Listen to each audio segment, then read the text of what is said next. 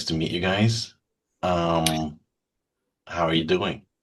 Very Thank well, you. thanks. Nice Yeah, to meet you too. been very hot here today in nice Yeah, Sydney. very Been hot day at the today. tail end of like 3 or 4 heat waves in a row, I think. Yeah. So yeah, we're nice and tired and knackered out from the heat today, which is good. And But well, thank you very much for yeah. having the time for us today. Yeah, no problem. Quite a bit different than what I'm having here, Yeah, I can since imagine. Yeah, we're it's all looking covered in forward snow and ice here. we're looking forward to some winter weather soon. I can imagine after a couple of heat waves that some cooler air might do good. Absolutely. Um, well, you're coming to Europe soon. I'm guessing there might be a bunch of people that end up at a gig where you're playing or end up watching this interview or checking this interview out. Um, so I kind of was thinking to maybe start off with Avalanche. What are you guys all about? Who are you? What's your mission? Yeah, Sure. sure. Well, we just play Aussie rock. That's kind of what we grew up on. Bands like AC/DC, Airbourne, Rose Tattoo, The Angels, and that's just what we like to play and what we've always kind of done since day dot. Yeah, just absolutely no frills, no ballads. Yeah. Just straight up hard rock, Mm-hmm. classic hard rock as it should be. You know what I mean? And yeah, that's how it's been for pretty much 8 years now. We started pretty much around 2018, 2019. Yeah, around there. And me and Veronica for the whole time, and got a few different people on rhythm and drums. And yeah, man, this new lineup that we've had for the past few years is just amazing. It's our first debut album that we're doing now, and it's been 8 years long, but it's a long time coming. But it's good to finally wrap it all up and put it into like a product, Yeah, and Yeah, perfect time to release it with the Airbourne tour and our first time going to Europe and UK as well. yeah. As you said, like you're finally releasing your debut album. Um, it's been well, like I said, you've been around for about 8 years already. I believe you've been working on this specific album for like good 2 years, right? Yeah, 2 years About two pretty much years. since Yeah, we first started recording it. yeah. Um, yeah, we even did demos and stuff before we went into the recording sessions for that, and yeah, it's been a long process, but it's been good. Like, I feel like we've got a really good and like sort of proud full product that we've made, Yeah. And it was our first time working with a producer as well. We worked with Steve James. He's been nominated for a Grammy and he's won like heaps of awards here in Australia as well. He's actually worked with Airbourne. He's worked with a lot of the bands we admire in Australia, like the Angels and the Cold Chisel and all of that. I think Originally he's also came from the UK. Yeah, he came from the UK, so I think he's worked with like the Sex Pistols and he worked on the music for the Monty Python movies and stuff like that. He's done some pretty cool So stuff. yeah, it was cool to work with him on this album, and I think we've got a really good product together. Yeah, well, I've been listening to it a couple of times before this, and um, it really brings up that. Well, I guess you guys are quite often compared with, for instance, AC/DC, Roasted 2, and such. It does really bring up that vibe to me. Yeah, So definitely. Well, thank you. That's what we're Yeah, going thanks for. so much, man. Yeah, that's definitely what we're going for, and Yeah. yeah, I can't be more than happy with it. Really, like seriously, I'd say it's literally all of our blood, sweat, and tears that we've sort of labored over, not just the past 2 years, but probably over the whole career of the band, just really wrapped up into one ball of energy. hey, you're saying blood, sweat, and tears. I think in the press text it was framed as blood, sweat, and beers. Yeah. That too. Yes, many a beers has been consumed in the Making of this. the making of this album. What do you feel was kind of the hardest part of actually finishing this album? Well, I guess maybe finding the right opportunity to release it, because we didn't just kind of want to, release it and, not be touring or not be doing anything. We did have this Airbourne tour sort of in the pipeline for a while, so we were kind of holding out for that because we figured this would be the absolute perfect time to launch it, sort of not just in Australia but in across the world, really. Yeah. And it also works well with us just getting signed to a new distributor, MGM, as well, who's got it distributed worldwide as well. And we've also been doing a fair bit of stuff like in Asia. So we've done a few Japan tours and tour to Taiwan, and looking to expand into that. So we figured it sort of lined up perfectly with what we're doing over there as well. So we think we're definitely in the right spot to release it now, to get it out to as many people as possible and make as big of a bang as we can. Definitely. Like I said, I already listened to the album. Like, besides the fact that it very much is reminiscent of that classic kind of Aussie pub rock. It does feel very, I don't know, I guess you could say confident and like, well, you know who you are and what you want to sound like. Thanks, man. I appreciate that. I was kind of wondering, like, you're kind of building on that classic sound. Do you guys ever kind of feel the pressure to kind of modernize it a bit, or was it just committing 100% to that classic? I think, yeah, for this first one, there was definitely that sort of idea. Like, we definitely want to, encapsulate that classic sound, so we have that like sort of platform that we can always move on from and sort of elevate and grow from, which will always be a good thing to look forward to in the future. But I think, I guess we're also doing it our own way because we are in our 20s and we bring into it what we bring in at this time. I think maybe a good example is our recent song "On the Bags Again." That one's filled with like sort of current slang and Aussie terms and stuff like that. So that's kind of, I'd say, probably a more modernized take on what that kind of song could be. So yeah, we're always gonna, I guess, put our own spin on it as much as we can, but it's obviously we're not denying that we come from that kind of music from the 70s and the 80s, so that's loud and proud for us. I think we do have a good position to like grow from that as well, which is always good to have to begin with. Yeah, we're already working on the second album, so Oh, good to hear that there's more to be looking forward to a bit sooner. The like the genre or the rock sound that you kind of sort of build your band on. In Australia, it's the pub rock scene it's a very specific kind of culture. Yeah, for sure.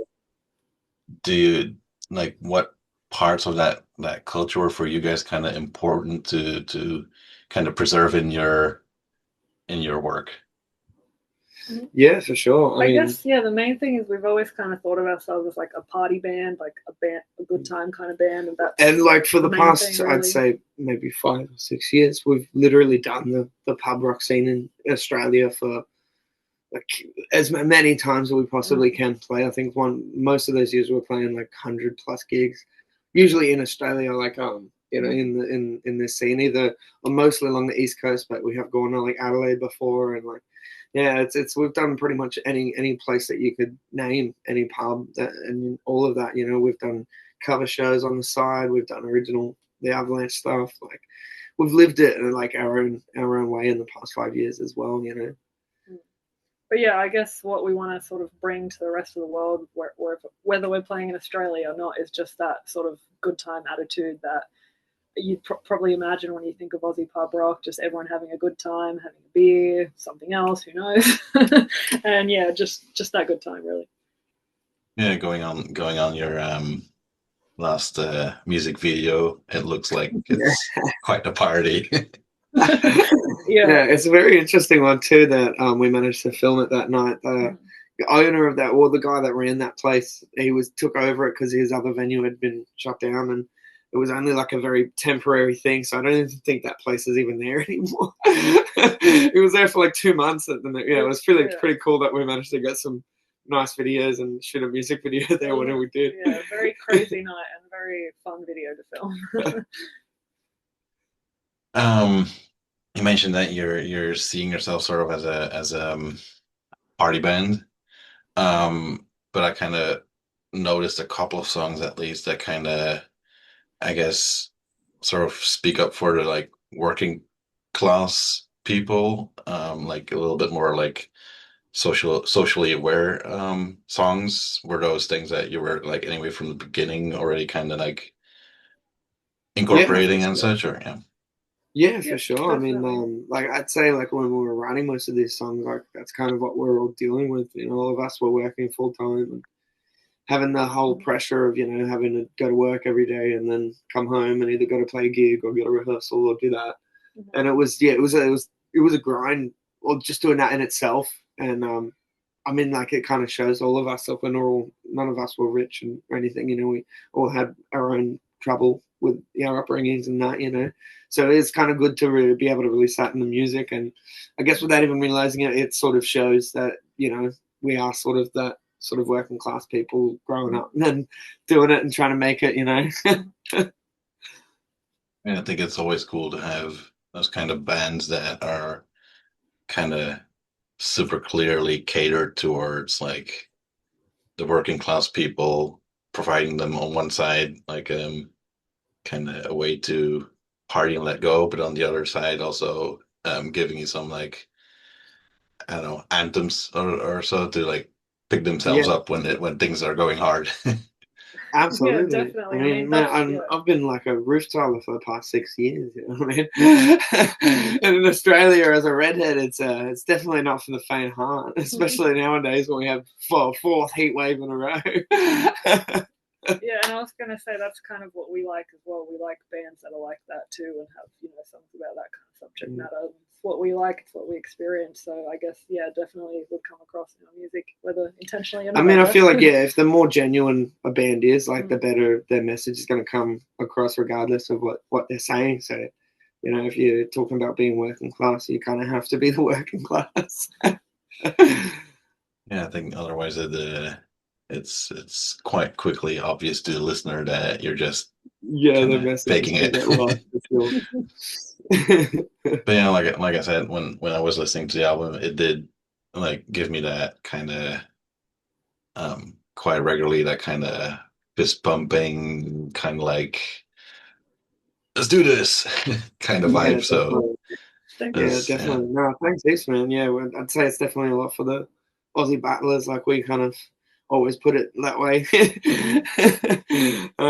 And yeah, that's definitely like the crowd that we're sort of garnered towards, because most people are up at the pub. You know, they're all there after work in their high vis uniform. You know, so that's kind of who we're playing it to as well. We found that a lot in Japan as well. The scene there is pretty crazy, and they have live music like every night of the week all over the shop. And it's just a thing that people do after work. They go to a live house, they watch bands, they get drunk, and they have Oh a good yeah, time. man. That was So We went to a gig one night, and it was like a very loud gig.